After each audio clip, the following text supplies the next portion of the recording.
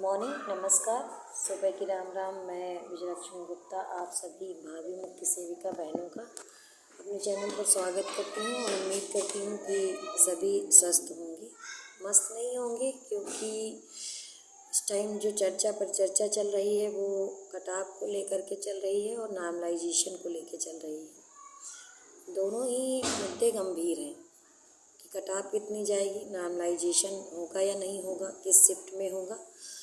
तो आपकी जानकारी के लिए मैं बताना चाहूँगी कि ये ऐसे मुद्दे हैं जिनका कोई भी सही आकलन तभी हो सकता है जब आयोग द्वारा किसी भी प्रकार का रिजल्ट जारी किया जाए। जैसा कि आप सभी जानते हैं कि डीवी रिजल्ट जारी होने वाला है और UP-SSSC में इसको लेकर के काम चल रहा है और त्वरित गति से काम चल रहा है। जल्द ही आपके समक्ष डीवी रिजल्ट आ जाएगा, उसके बाद ही फाइनल कटाव क्या जा सकती है ये कहा जा सकता है। कल मैंने देखा कि बहुत सारी हमारी जो बहनें हैं सोशल मीडिया पे रात के 2 बजे तक 3 बजे तक सक्रिय थी और चर्चा का विषय यही था कि कौन से शिफ्ट में नॉर्मलाइजेशन होगा और कौन से में नहीं होगा। देखिए, एक फैक्ट है जो लगभग सभी लोग जान रहे हैं कि फर्स्ट शिफ्ट में जो पेपर हुआ, जो सेकंड शिफ्ट में पेपर हुआ, यदि दोनों ही पेपरों को आमने सामने रख करके एनालिसिस किया जाए बिना इस स्वार्थ के कि आप किस शिफ्ट से बिलोंग करते हैं, तो दोनों ही पेपर में बहुत ज़्यादा अंतर नहीं है। पेपर GS पर आधारित थे। सेकंड शिफ्ट के पेपर को कठिन शायद इसलिए बताया जा रहा है कि जितने भी यूट्यूबर टीचर थे या जो ऑफलाइन या ऑनलाइन पढ़ा रहे थे उनके रटाए प्रश्न उसमें नहीं आए। तो जब उनके रटाए प्रश्न आए नहीं तो वो लोग घोषणा कर दिए कि सेकंड शिफ्ट कठिन है, जबकि जो फर्स्ट शिफ्ट है वो समझ पर आधारित पेपर था।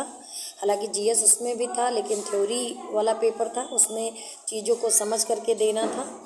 तो बस यही वाली बात है, रटाया पेपर नहीं आया, इसलिए उसको कठिन माना जा रहा है। लेकिन जहाँ तक मेरा व्यक्तिगत ये विचार है और व्यक्तिगत आकलन है कि अगर दोनों ही पेपर को आयोग अपने फार्मूले में डालेगा तो जो एवरेज मार्क्स होंगे या तो दोनों शिफ्टों के बराबर निकल आएंगे या फिर 19-20 का अंतर होगा।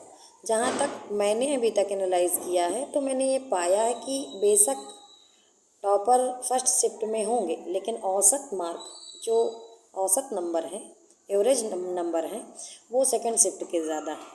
ये मात्र एक प्रेडिक्शन है, किसी को डरने की ज़रूरत नहीं है। मैं पहले भी कही हूँ, फिर भी कह रही हूँ कि 19-20 का अंतर हो सकता है, लेकिन बहुत ज़्यादा अंतर नहीं होगा। फर्स्ट शिफ्ट वाले काफ़ी परेशान हैं क्योंकि ज़्यादातर यूट्यूबर टीचर जो हैं उन्होंने यही बता रखा है कि सेकंड शिफ्ट कठिन है, और उसका बहुत बड़ा कारण ये है कि उन्होंने जो बच्चों को क्वेश्चन रटाए थे वो नहीं आए, इसीलिए वो उसको कठिन मान रहे हैं। जो टीचर बच्चों में समझ विकसित कर रहे थे, जैसे हमारे गुरुजी, ठीक है, हालांकि उन्होंने भी सेकंड शिफ्ट को ही कठिन माना है, तो उनको पता है, वो लोग जानते हैं, उन्होंने भी यही बताया है कि दोनों में बहुत ज़्यादा अंतर नहीं है। और चूँकि मैं भी टीचर हूँ, प्राइवेट टीचर हूँ, प्रवक्ता हूँ सोशियोलॉजी की, तो मैंने भी एनालिसिस किया है, दोनों ही पेपरों में बहुत ज़्यादा अंतर नहीं है। बस एक फैक्ट पर आधारित था और एक थ्योरी भी बेस था पेपर, पहला वाला थ्योरी बेस था और समझ पर आधारित था। तो इन सब चीज़ों को लेकर के परेशान होने की बिल्कुल भी ज़रूरत नहीं है। नॉर्मलाइजेशन जो होगा, ठीक है, चूँकि वो एक प्रक्रिया है तो वो सब पर लागू होगी और मैक्सिमम 3 नंबर तक का नॉर्मलाइजेशन हो सकता है, ऐसा मेरा अनुमान है। जबकि मैं ये सोचती हूँ, मैंने जो प्रेडिक्शन किया है उसके आधार पर मुझे लगता है कि दोनों ही शिफ्ट या तो इक्वल होंगी या थोड़ा सा अंतर होगा, पॉइंटों में अंतर होगा।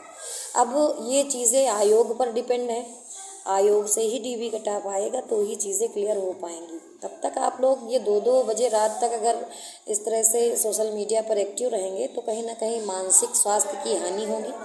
सभी लोग परेशान ना हो, थोड़ा सा धैर्य और साहस बनाए रखें। जल्दी मिलेंगे अगले वीडियो में, तब तक के लिए धन्यवाद।